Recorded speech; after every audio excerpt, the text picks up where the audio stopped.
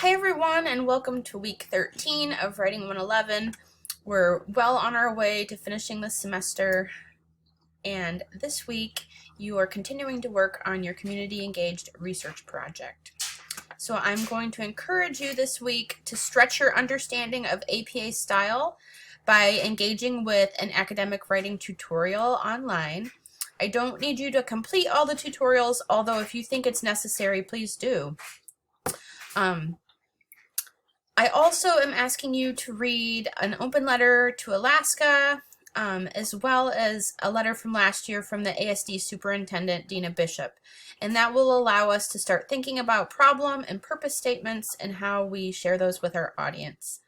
You should also continue to be reading, directing your own reading for your research paper this week.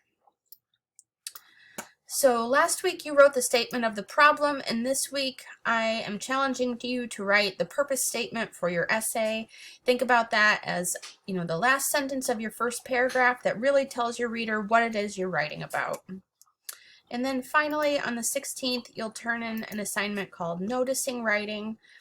I want you to think about the sources of information that you've been reading about your research paper.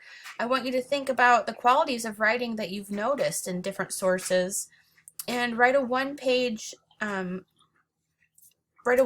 to me telling me about how these qualities relate to the readings we've engaged in, and how they're helping you to understand the topic in different kinds of ways. I look forward to seeing you all in class on Tuesday. I'll be in my office hours as usual if you have any questions. Take care, everyone.